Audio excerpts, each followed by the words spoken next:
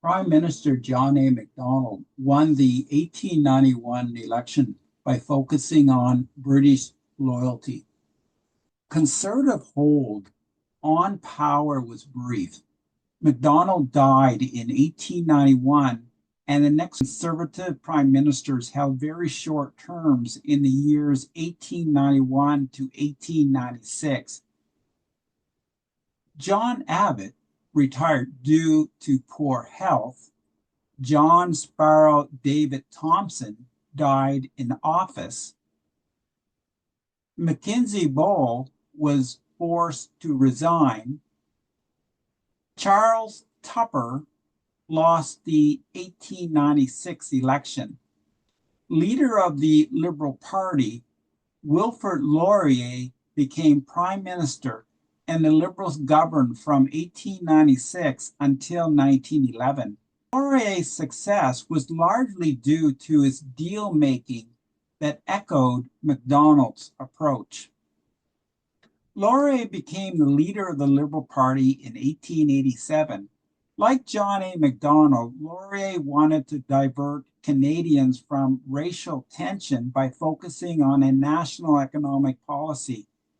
He argued for unrestricted reciprocity, a free trade position that made good economic sense but did not garner much electoral success.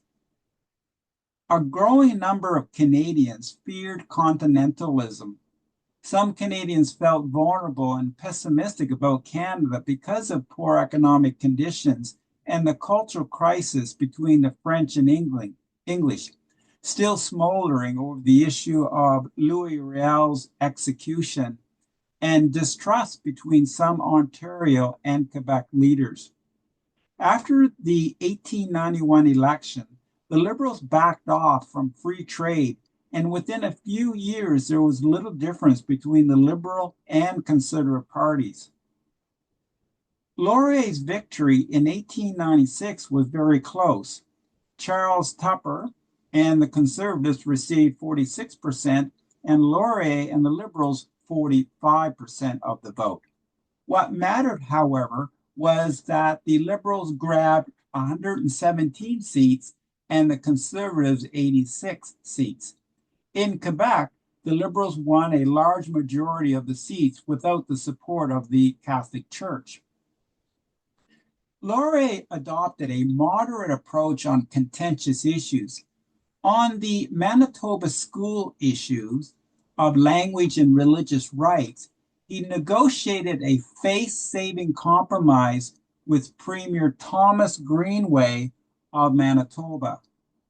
The Laurier-Greenway Compromise consisted of a few adjustments. Religious instruction by priests was allowed for 30 minutes at the end of the school day.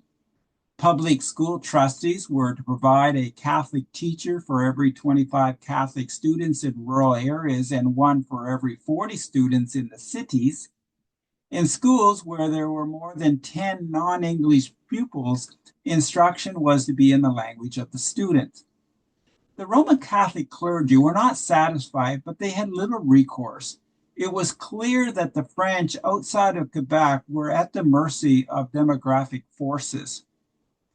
Laurier boasted that the 20th century shall be the century of Canada and of Canadian development. In Canada, economic development was good politics. Although there was a reduction of duties on some items, Laurier continued the protectionism of the Tories. Like the Tories before them, the Liberals sought to develop the West. In Europe, the Industrial Revolution and capitalism brought a higher standard of living, resulting in major population growth and overcrowding. Many Europeans came to Canada for land.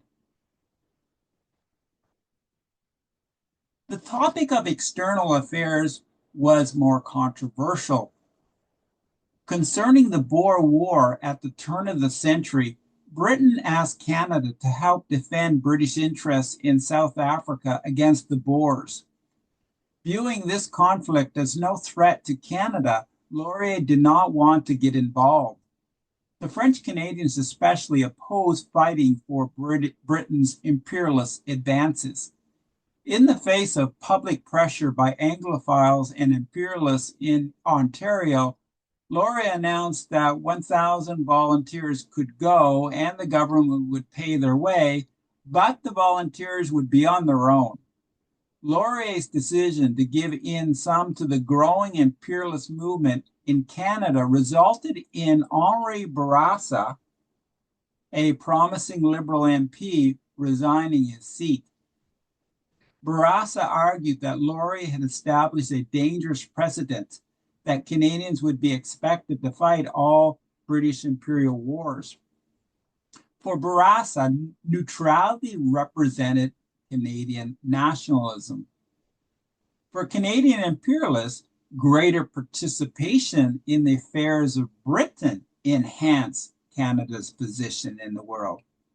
As one historian explained, the imperialists saw the British Empire as the vehicle in which Canada would attain national status. The anti-imperialists were so convinced of the incompatibility of imperial and Canadian interests that they saw all schemes for cooperation as reactionary and anti-national. Another external affairs issue was the Alaska boundary dispute. The Anglo-Russian Treaty of 1825 did not establish a clear boundary. An uneven coast and mountain chains made it almost impossible to do so. The United States entered the picture when it purchased the Alaska in 1867 from Russia. When gold was discovered on the Klondike River in 1897, the boundary line became a hot issue. To ward off American interests, Ottawa made Yukon a separate territory. The question which remained was where the boundary was to be placed. Britain had sovereign control over Canada's foreign policy, and all parties sought to settle the issue through a joint high commission. This commission, however, failed to find a solution. In 1902, a six-man tribunal was formed, 3 Americans, 2 Canadians, and 1 Brit. In an era when Germany was beginning to flex its military muscles, the British desired a settlement which would make the Americans, a possible ally, satisfied. Although the Canadians had a weaker argument than the Americans, to the disgust of Laurier and other Canadians, Lord Alverston, the British member, sided with the Americans. Ironically, the Americans' victory resulted in Canadians becoming closer to the Americans. The British could not be relied upon to protect Canadian interests. Domestic developments were promising in the Laurier era. In 1905, Saskatchewan and Alberta became the 8th and 9th province within Confederation. The population had risen sharply, but the territorial government had no power to borrow money. It was virtually powerless to demand more federal grants, and its legislative authority was limited. Because the leader of the territorial government had supported the Tories in the 1904 federal election, Laurier decided to create 2 provinces as opposed to one larger one. The smell of patronage was in the air. 2 Liberals, one in Saskatchewan and one in Alberta, was asked to form governments that would call the first provincial elections. The Liberals won in both provinces. In Alberta, the Conservative leader R.B. Bennett, a future prime minister, went down in defeat. There were 2 significant points about the autonomy bills that brought in these new provinces. First, Ottawa did not return public lands and natural resources to the new provinces, and this would repeatedly fuel the fires of Western alienation in the future. Second, Laurier's initial legislation appeared to restore an independent Catholic school system that was in effect in an earlier period. Laurier was taking a chance since he knew that Clifford Sifton had been a major defender of Greenway's educational system in the 1890s. When Clifford Sifton, the member of parliament, resigned from Laurier's cabinet because of Laurier's extending of Catholic rights, Laurier compromised his earlier position. In each school district in Alberta and Saskatchewan, the first school was to be a public school with the minority free to establish a separate school. Laurier's railway policy was also complicated.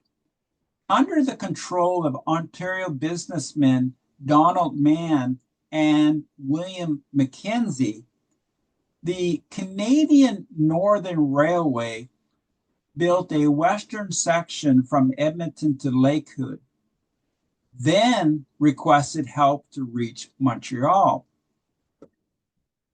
The Grand Trunk Railway in the east requested help to finish the railway in the west. It made sense for the two railways to merge, but the head honchos did not want to cooperate. Rather than forcing them to do so, the Liberals promoted both railway projects. At enormous cost to Canadians, railway builders were following a pipe dream that made little economic sense. As the Conservatives argued, the trains existed to carry boats rather than passengers. The general election of 1911 marked the end of the Laurier era. The government had been in power for 15 years, and Laurier's opponents were sensing change and ultimately victory. Laurier had already lost some support in Quebec, with those questioning his compromises with the Ontarians wanting greater Canadian involvement in British military actions. For example, there was the naval issue. Britain was forced to build up its navy to counteract the developing German navy, and it wanted support from the colonies. Laurier took a middle road approach that proposed that the Canadian Navy could be placed in British hands if a war arose. The Conservatives wanted Canada to contribute more directly to Britain. Thus, neither Quebec nor Ontario were happy with Laurier's compromise. No different from any other era, many of the Canadian politicians of both major parties were greedy and self-serving. The aging Laurier wanted to hang on to power, and he toured the western provinces seeking support for his government. He heard the protests of farmers and decided to lessen the tariff burden that gave special treatment to Ontario manufacturers and hurt farmers. When Laurier pushed for reciprocal free trade with the Americans, he could stand on solid economic theory. Free trade would assist not only Western farmers, but all Canadians, since a more prosperous Canada benefited everyone. Sadly, politicians and other leaders cared more about protecting their interests than the nation. Sir Edmund Walker, the president of the Canadian Bank of Commerce, opposed Laurier's free trade policy. Walker invested in railways running east-west. Better trade relations with the United States would jeopardize investments of the east-west railways. Conservative politicians jumped on board and opposed any relaxation of the tariff, reframing the debate as an issue of Canadian nationalism. They, with a dose of anti-Americanism, filibustered the trade policy, forcing Laurier to call an election.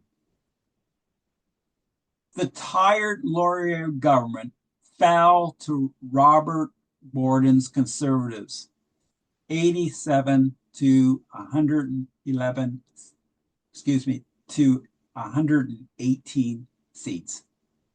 Thank you.